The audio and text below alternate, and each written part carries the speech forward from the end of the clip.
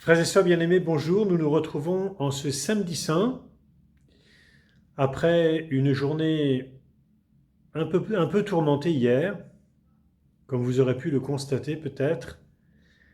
Nous avons eu en effet quelques soucis, d'abord avec la retransmission du chemin de croix.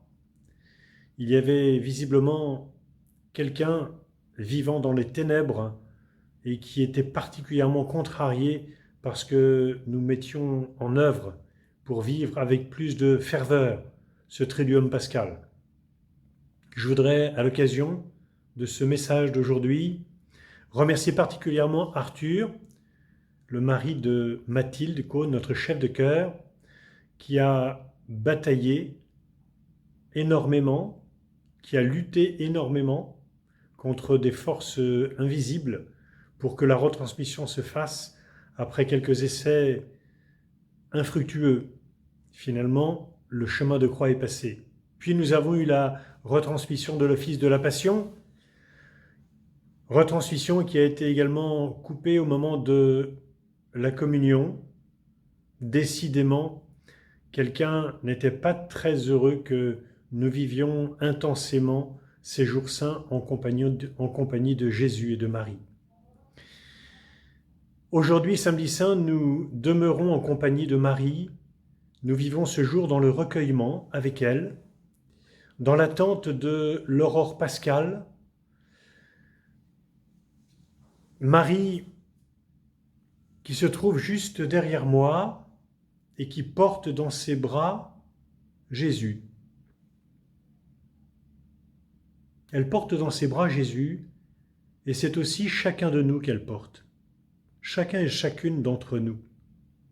Car au pied de la croix, elle a reçu, testament d'amour de son Fils bien-aimé, chacun de nous pour fils et pour fille.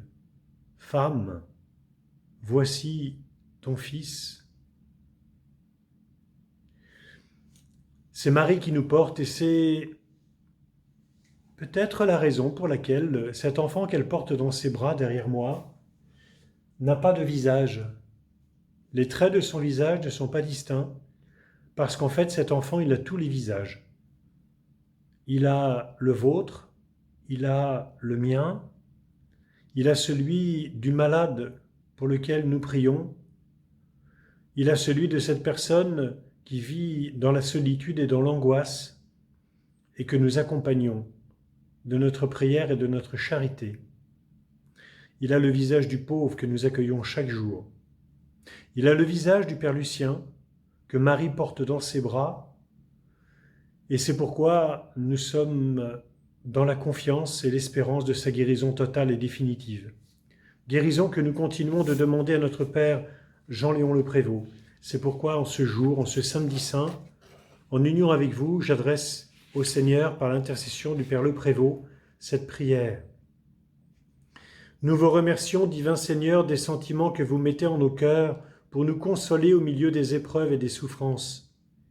Nous espérons en vous qui êtes fidèles et dont la douce bonté nous soutient et nous encourage.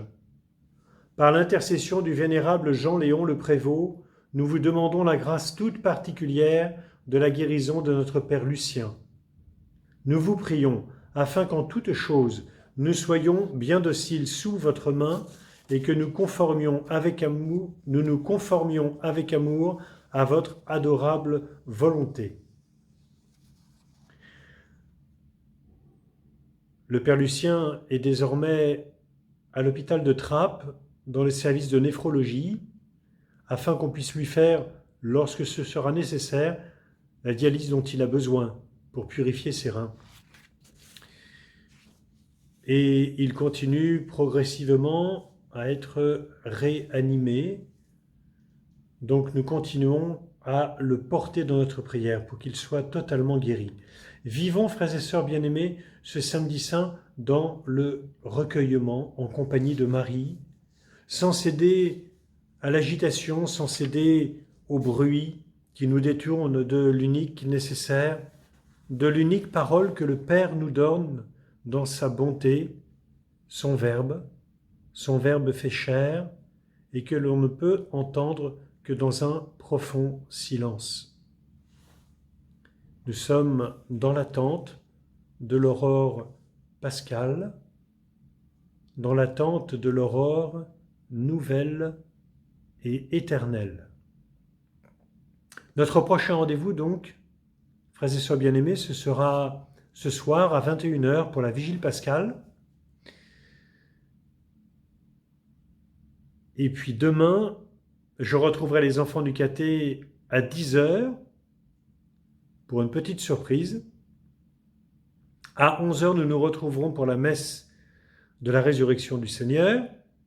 Et je ferai dans le quartier la procession avec le Saint-Sacrement à 17h. Demain dimanche de Pâques, je parcourrai les rues de notre quartier avec le Saint-Sacrement à 17h. En attendant, je vous souhaite un bon samedi saint en compagnie de Marie et je vous souhaite un bon appétit. Haut les cœurs et vive la joie toujours. Coucou, c'est encore moi. Ne nous quittez pas encore car j'ai une toute petite annonce à vous faire.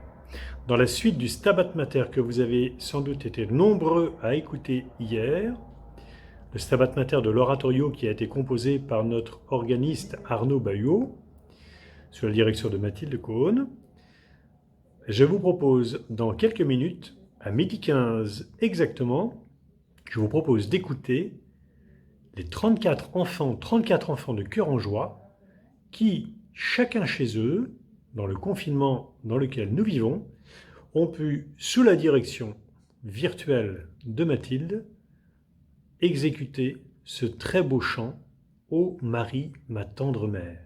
Donc, à 12h15, remettez-vous à l'écoute. D'ici là, vous avez peut-être encore quelques minutes pour finir de baisser le gaz ou de finir de mettre la table. Et je vous dis de nouveau à très bientôt dans la joie de Pâques qui se profile à l'horizon avec Marie.